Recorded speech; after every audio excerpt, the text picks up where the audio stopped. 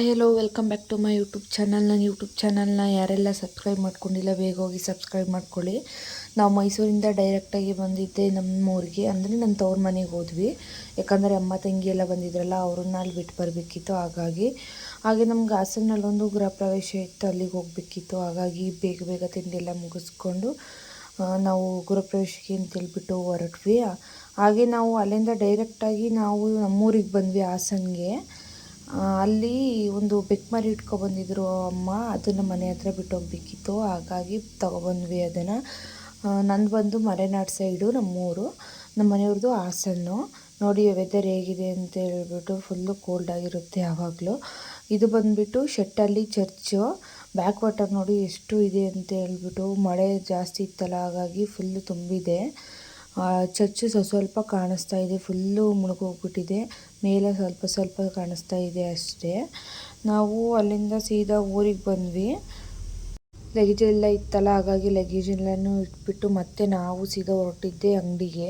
ನಮ್ಮ ಮನೆಯವ್ರು ಅಂಗಡಿ ಓಪನ್ ಮಾಡಬೇಕಿತ್ತು ಅಂತ ಹೇಳ್ಬಿಟ್ಟು ಅವ್ರು ಅಂಗಡಿಗೆ ಹೋದರು. ನಾನು ನನ್ನ ಅಂಗಡಿಗೆ ಹೋದೆ. ಶಾಪ್ ಓಪನ್ ಮಾಡಿಕೊಂಡು ನಾನು ಅಂಗಡಿ ಹತ್ರ ಸ್ವಲ್ಪ ಕೆಲಸ ಇತ್ತು ಅಂತ ಹೇಳ್ಬಿಟ್ಟು ಕೆಲಸ ಎಲ್ಲ ಮುಗಿಸ್ಕೊಂಡೆ. ನಮ್ಮ ಮನೆಯವರು ಬರ್ತೀನಿ ಅಂತ ಹೇಳಿದರು, ಹಂಗಾಗಿ ಶಾಪ್ ಹತ್ರನೇ ಇದ್ವಿ. ನಾನು, ಅಮ್ಮ ಮತ್ತು ಪಾಪ 3 ಜನನು. ನಮ್ಮ ಮನೆಯವರು ಬರ್ತೀನಿ ಅಂತ ಹೇಳಿದರು, ಬಟ್ ಅವ್ರೇನೋ ಕೆಲಸ ಇದೆ ಅಂತ ಹೇಳ್ಬಿಟ್ಟು ಬರೋಕ್ಕಾಗಲ್ಲ, ನೀವೇ ಬನ್ನಿ ಅಂತ ಹೇಳಿದರು. ಹಾಗಾಗಿ ನಾನು, ಅಮ್ಮ, ಪಾಪ 3 ಜನನು ಆಟೋದಲ್ಲೇ ಹೊರಟ್ವಿ. ನಮ್ಮ ಮನೆಯವ್ರು ಕೂಡ ಬಂದರು.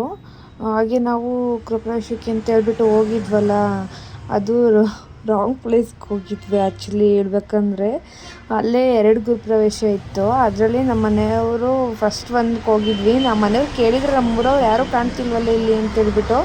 ನಾನೇ ಇಲ್ಲೇ ಇರ್ತಾರೆ ನಡೀರಿ, ಒಳಗಡೆ ಇರ್ತಾರೆ ಅಂತ ಹೇಳ್ಬಿಟ್ಟು ಕರ್ಕೊಂಡು ಹೋದೆ. ಬಟ್ ಅಲ್ಲಿ ನೋಡಿದರೆ ಯಾರೂ ಇರಲಿಲ್ಲ ನಮ್ಮೂರವರು. ಆಮೇಲೆ ಫೋನ್ ಮಾಡಿ ಕೇಳಿದ್ವಿ, ಅದೆಲ್ಲ ಮುಂದೆ ಬರಬೇಕು ಇನ್ನೂ ಸ್ವಲ್ಪ ಅಂತ ಹೇಳಿದರು. ಹಾಗೆ ನಾವು ಮುಂದೆ ಹೋದ್ವಿ. ಹಾಗೆ ಊಟ ಎಲ್ಲ ಮುಗಿಸ್ಕೊಂಡು ನಾನು ನಮ್ಮ ಮನೆಯವರು ಮಾತ್ರ ರಿಟರ್ನ್ ಆದ್ವಿ. ನಾನು ಶಾಪ್ಗೆ ಹೋಗ್ಬೇಕಿತ್ತು, ನಮ್ಮ ಮನೆಯವರು ಶಾಪ್ಗೆ ಹೋಗ್ಬೇಕಿತ್ತು. ಪಾಪ ಮತ್ತು ಅಮ್ಮ ಅಲ್ಲೇ ಉಳ್ಕೊಂಡ್ರು. ಯಾಕಂದರೆ ಅವರು ನಮ್ಮ ಪಕ್ಕದ ಮನೆಯವರು ಕಾರ್ ತೊಗೊಬಂದಿದ್ರು, ಅವ್ರ ಜೊತೆ ಬರ್ತೀವಿ ಅಂತ ಹೇಳ್ಬಿಟ್ಟು. ಯಾಕಂದರೆ ನಾವು ಮತ್ತೆ ಊರಿಗೆ ಹೋಗಲ್ವಲ್ಲ, ಹಾಗಾಗಿ. ನೋಡಿ ಇಲ್ಲಿ ಕಾಣಿಸ್ತಿದೆಯಲ್ಲ, ಇದೇ ಮನೆಗೆ ಹೋಗಿದ್ವಿ ದಾರಿ ತಪ್ಪಿ. ಬಟ್ ಈ ಮನೆ ಅಲ್ಲ, ಬೇರೆ ಮನೆ. ಹಾಗೆ ಮತ್ತೆ ಅಲ್ಲಿಂದ ಸ್ವಲ್ಪ ಮುಂದೆ ಹೋಗಿ ರೈಟ್ ಸೈಡ್ ಹೋದರೆ ಅವ್ರ ಮನೆ ಇತ್ತು. ನೋಡಿ ಇದೇ ಮನೆ.